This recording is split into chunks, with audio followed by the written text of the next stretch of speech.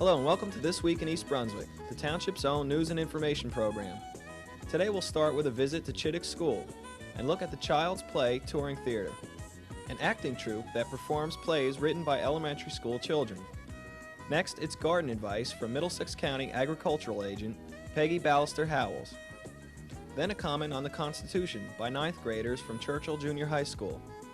Health facts with Stephen Rosen, coordinator for the School-Age Child Care Program for the Division of Youth and Family Services. Next, Amy Fisher, Public Information Officer for East Brunswick Schools, interviews Evie Bramson about the Child Abuse Prevention Program on School News. Adrian Eisner will have information on lawnmower safety, and we'll close with our Township Council review. But first, here's what's on Channel 8 next week. Monday at 10 a.m., it's Look Great, Feel Great with Lenore Kulick and information on keeping food safe and floor work exercise. At 10:30, it's Target with Paula Durant and a program dedicated to the Holocaust remembrance. Tuesday at 7 p.m., it's In Print, produced by the Libraries of Beverly Hills. At 7:30, it's Ken Shalhoub's Let's Talk Health and a discussion on modern nursing. At 8 p.m., Paul Hansen hosts You and Your Money with his guests Brian Clark and Larry Young discussing variable life insurance. Wednesday at 3 p.m., it's Stories for the Kids from the library. At 7:30, it's Spotlight on Education with a special show taped at the Lincoln Center Institute in Manhattan. And we'll be back next Thursday at 7 and 8 p.m. with an all-new This Week in East Brunswick. Be sure to check the Channel 8 program guide for repeats of all of our shows. And if you're watching Thursday night, stay tuned to Channel 8 at 8:30 for a special edition, a one-hour program about the Candlelight Vigil and special council meeting held last week in the municipal courtyard. Hi, I'm Amy Fisher, the Information Officer for the school system. I'm at Chittick School today for a performance of the Child's Play Touring Theater, one of the cultural arts programs that's funded by the Board of Education and PTAs. The Child's Play Touring Theater is based in Chicago, and they have been in all our elementary schools this week. They are a unique group because not only do they entertain, they also provide instruction in writing.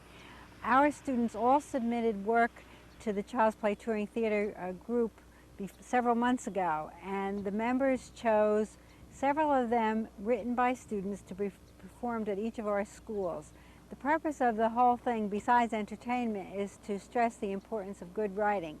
And in addition to choosing work written by students at each of the schools, they also award certificates of creativity to other students whose work they particularly liked.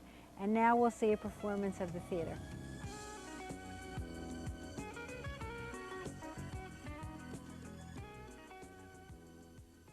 Jim was waiting backstage with sweaty palms.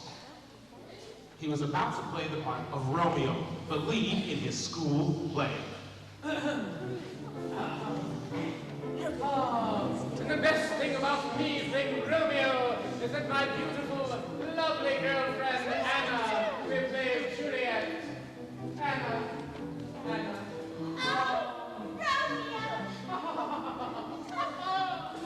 I cannot wait until the curtain goes up. Me neither, Romeo. Oh, Juliet. Well, Jim went off to get ready for the performance that night. Romeo, where art thou? Oh. Suddenly, Anna got sick. Oh, I'm not feeling really well. I bet it was that peanut butter and mayonnaise sandwich I had for lunch. Oh, is anyone backstage? I think I'm gonna be sick. Anna called for help, and who should come out but Jane, her understudy. Jane was the ugliest person in the school, but she was in love with Jim. Please, let me be here. Take this off. I'll do it. Let's go. Okay. I guess I have not much of a choice. So, Jane and Anna went to change clothes and get ready so Jane could go on stage. Well, meantime, Jim was putting on his final makeup to go on stage. The moment grows near. Jim had wanted to play the part of Romeo since long before the auditions were held. He was so excited that he was going to be playing opposite Anna. Oh, I cannot wait! I cannot wait! What's that? Just 5 then, seconds to the curtain. he heard the announcement. 5 seconds to curtain. 5 seconds. Break a leg, kids. Jim was a nervous wreck. He thought he was going to have a nervous breakdown. Finally, when the curtain went up, he was as calm as the breeze.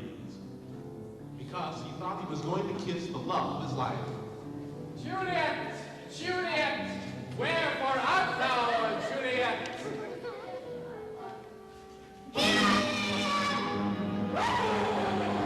When he saw Jane, he almost fainted by the sight of her.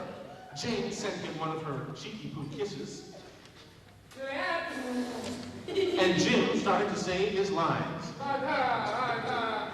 Why, you are the most fairest in all the land. When Juliet said that the king said that she and Jim couldn't be together, Oh, Romeo! My dad says no way, Jose!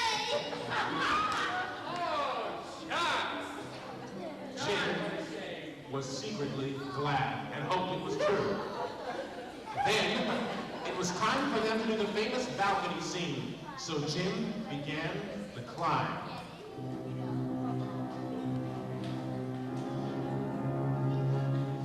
He was getting closer, closer to that unattractive face, and suddenly when he got to the top and he was up close, his mind went completely blank and he began to have a daydream.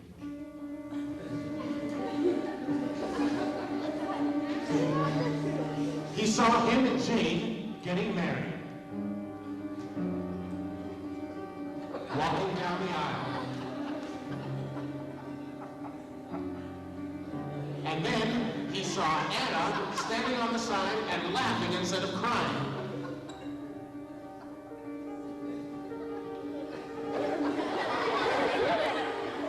Jim tried to get away, but Jane wouldn't let. She kept dragging him back.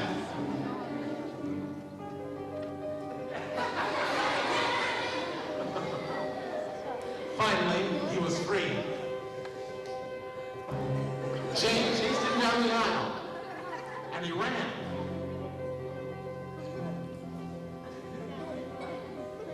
To get away, he climbed up on the tallest ladder he could, and she followed him. Just then, the scene continued right where it had left off.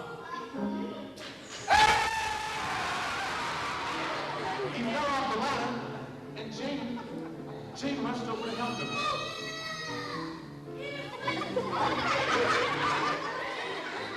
He had hurt his wrist, and Jane bandaged it up for him. Are you okay? Yes, Here's the baby. yes, it does. Just a little better. After that, Jim realized that maybe Jane wasn't so bad. You know, she's been a great help to me. Put her there. And they both lived happily ever after. The end.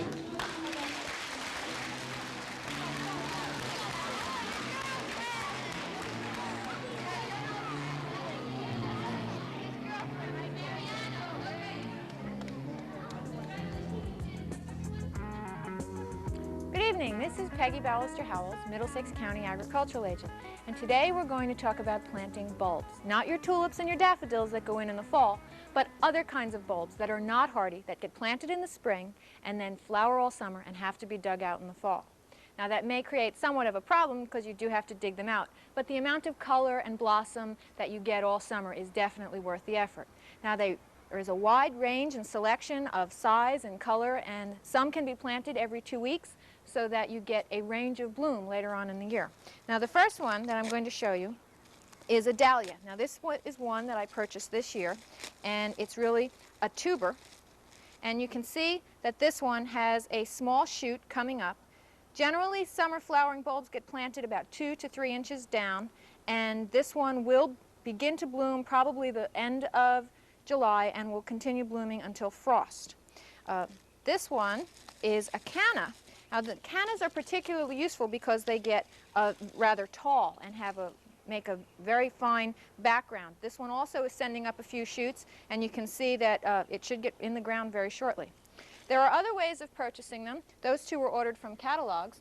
These are garden freesias, which can get planted now and will bloom again later on in the summer.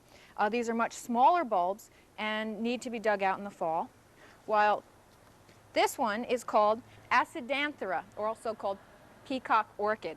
And this has lovely white flowers that will bloom rather rapidly for a summer flowering bulb and will bloom for most of the season. This is actually one of my favorites because it does bloom so long. Now, gladiolas are very commonly planted, and you can see that these are medium-sized bulbs. These are ones that you would plant every 2 weeks to get a continuous bloom, and these are one of the better ones for cut flowers. I actually wouldn't even recommend them for a display garden as much as many of the others because they tend to flop over. Now this is one of my all-time favorite flowers. This is a calla lily, and it gets beautiful white blossoms during the summer and can tolerate a little shade. I overwintered this one myself, and you can see the shoots coming up. And finally, another one that's very dear to my heart because it does so well in the shade is elephant ears. And this one looks like it's dead and ugly, but you can see that the pink, as I remove the dead tissue, that really underneath it is alive. And if you get down deep enough, you'll see that there's all this pink tissue and little buds. And this is one that we're going to plant in a shady spot in the garden. This is one of the smaller bulbs from the elephant ears, and it's getting planted in a very dark alleyway. I have already added some compost to the area that I'm going to plant it, and we'll put a little bit of fertilizer on top. It's very important that the fertilizer gets mixed in. Now this is where the elephant ears was planted in the alleyway last year, so the soil was already prepared very deeply at the time of the first planting. And here we go. You don't want to plant it too deep so that the very top is not covered by too much soil. The size of the leaves can reach anywhere from up to 6 feet, but generally in this area they stay around 2 to 3 feet. And there it is, all covered up. It should be watered thoroughly. I'll put some of this nice mulch back to keep it from drying out, and in a number of weeks we'll see the shoots coming up. By the end of the summer it'll be several feet tall, and next week we'll see some other things that can get planted in a very shady alleyway. See you then. Hello, my name is Brian Bauman, and I am a 9th grader at Churchill Junior High School. I am bringing you this week's Comment on the Constitution. My topic is the Bill of Rights. In January of 1788, George Mason of Virginia wrote 12 articles, which he wanted to become amendments to the Constitution. On September 25, 1789, the 12 articles went to Congress for a vote to ratify them as amendments. They were all ratified by the required number of states on December 15, 1791. Except for the first 2. These 10 new amendments became known as our Bill of Rights. In our country's history, the Bill of Rights has been the basic backbone of most of our national laws and decisions. The First Amendment is as follows. Congress shall make no law respecting an establishment of religion or prohibiting the free exercise thereof, or abridging the freedom of speech or of the press, or of the right of the people to peaceably assemble and to petition the government for a redress of grievances. The rest of the amendments are: the rights of the people to bear arms is given in the Second Amendment. The Third Amendment limits the quartering or housing of soldiers. Next, the Fourth Amendment limits searches and seizures of personal belongings. The Fifth Amendment lists the rights of a person accused of a crime, such as it gives the people the chance of not being a witness against themselves in a trial. The right to a speedy trial is given in the Sixth Amendment. The Seventh Amendment gives the right to a jury trial in civil cases. Excessive bail or punishment is forbidden in the Eighth Amendment. In the Ninth Amendment, citizens are entitled to the rights that are not listed in the Constitution. And lastly, the 10th Amendment expresses powers reserved to the states and the people. These are the most important amendments in our Constitution. These try to protect our rights of life, liberty, and the pursuit of happiness.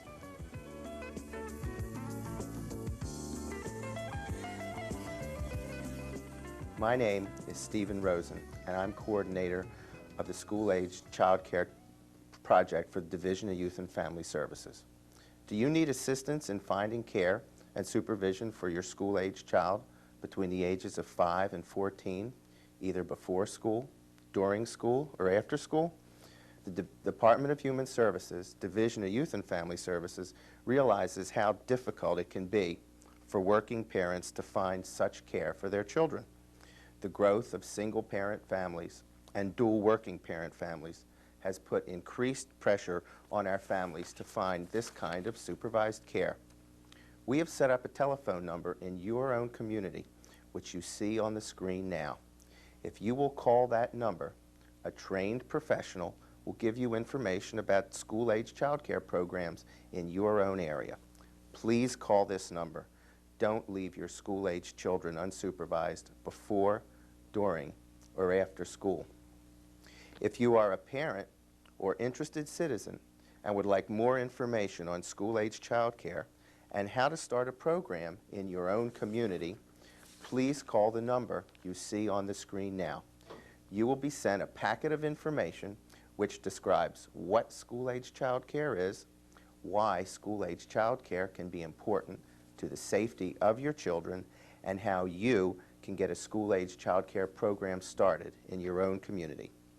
School-age child care programs have been growing and developing all over the state because working parents like you have decided that your children need care and supervision before school, during school, and after school.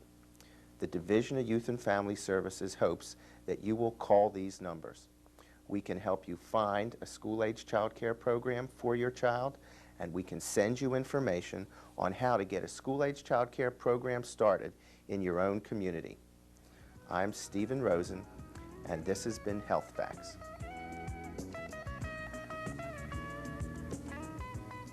Hi, I'm Amy Fisher. For this week's school news, we're going to be talking about the Child Abuse Prevention Program that's being held in our school system and has been going on for a few weeks now. And with me is Evie Bramson, who is the coordinator of the program in Middlesex County. Welcome, Evie. Thank you, Amy. How did this program get started? In 1978, in Columbus, Ohio, there was a second grader who was sexually assaulted. Her community, her parents, her classmates, needless to say, were quite upset.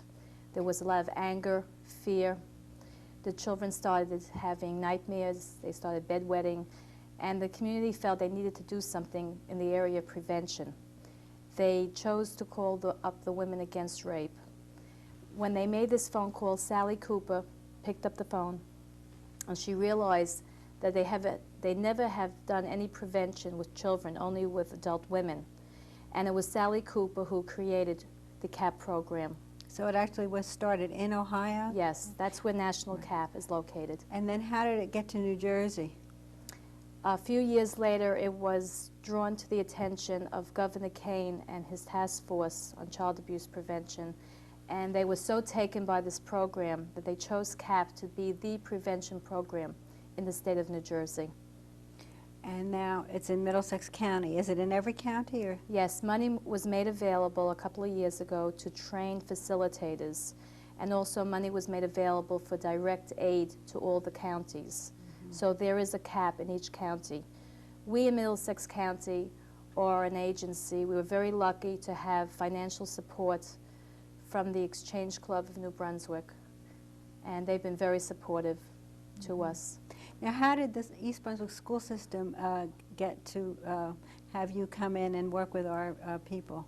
Money is made available through the state for each county. We were allocated around $25,000 for this school year.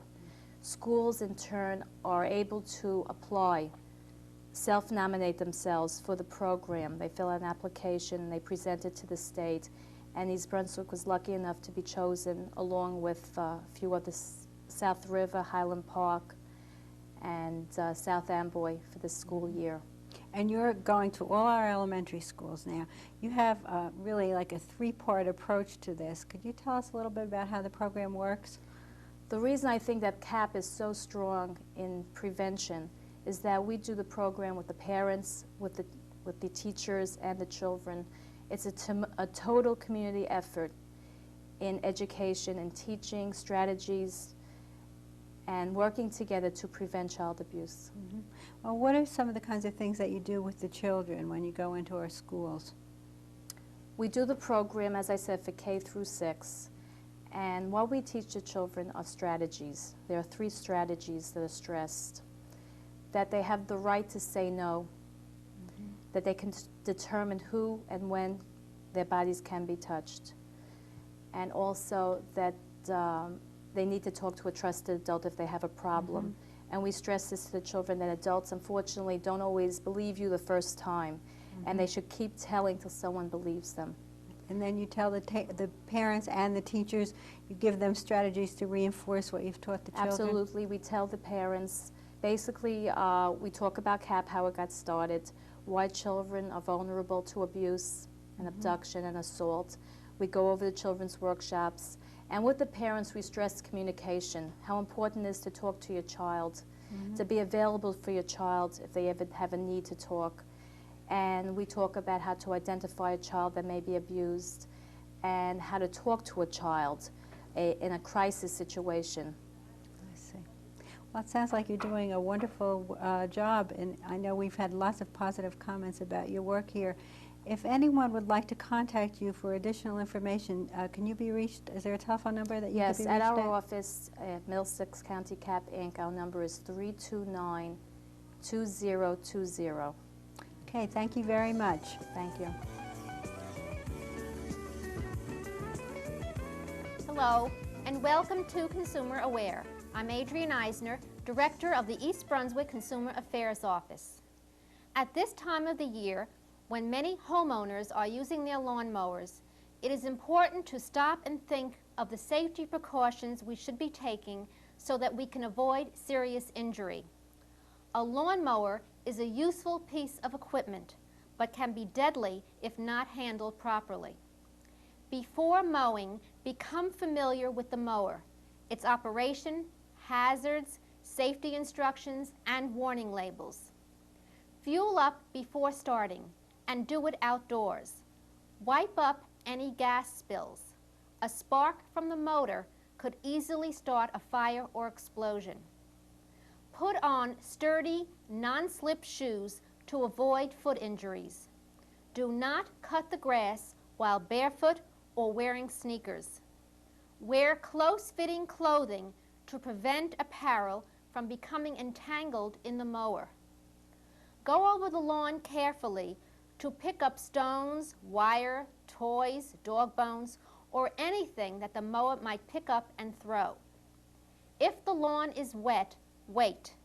Wet grass will clog the mower, and attempts to unclog blades cause many serious injuries. Fingers and hands are #1 in power mower accidents. Don't use your fingers to clear the chute of a running mower. Shut the mower off before emptying the grass catcher, and never leave a mower that is running unattended. While you are mowing, move forward as much as possible so you can see where you are going and avoid pulling the mower back over your foot. With walk-behind mowers, go across the slopes. With riding mowers, go up and down the slopes. While operating, keep hands and feet clear of the mower blade housing at all times, and never refuel while the mower is running or the engine is hot.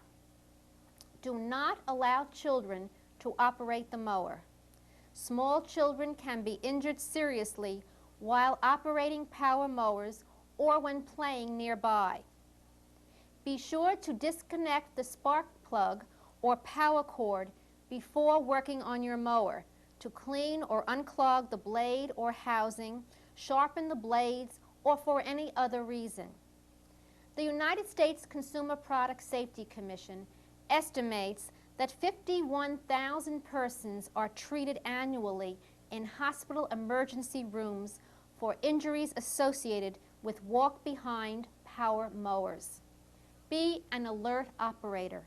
Spot the dangers and avoid the many potential problems for you and the members of your family. If you have any other questions about lawnmower safety, or you need additional information about any consumer problems, please call us at the East Brunswick Consumer Affairs Office. We're located in the municipal building, We're open from 9 a.m. until 5 p.m., Monday through Friday. Telephone number is 390-6954. Thank you for joining me on Consumer Aware. Roos Lane residents were triumphant at Monday night's Township Council action meeting. A group of about 40 residents convinced the council that a median to divide Roos Lane between Summerhill Road and Route 18 would be hazardous and unnecessary. The median would have been constructed by the county at county expense, but residents complained the divider would make daily driving more difficult, divert traffic into residential areas, and invite rear-end collisions and confusion. Despite endorsement from the township engineer, William Tanner, and Director of Public Safety, Thomas Terrell, the council voted 4-1 to nix the plan. Councilman Jackson Agra supported the proposed median, despite public opposition. He said he could not ignore Director Terrell's safety recommendations. Councilman William Kirk, who voted against the median, said there was insufficient evidence that a divider would improve and not impede safety on the roadway. Kirk asked that new lines be painted and reflectors installed on Roos Lane.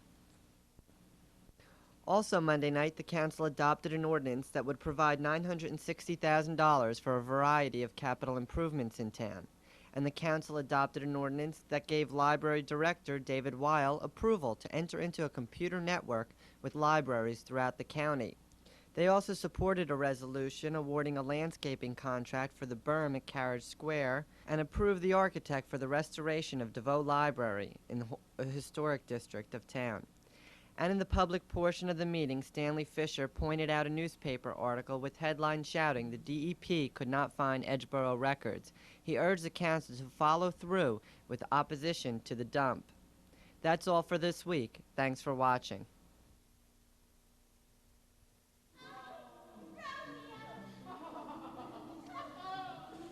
I cannot wait until the curtain goes up. Me neither, Romeo. Oh, Juliet. Well, Jim went off to get ready for the performance that night. Romeo, Romeo, where art thou? Oh. Suddenly, Anna got sick.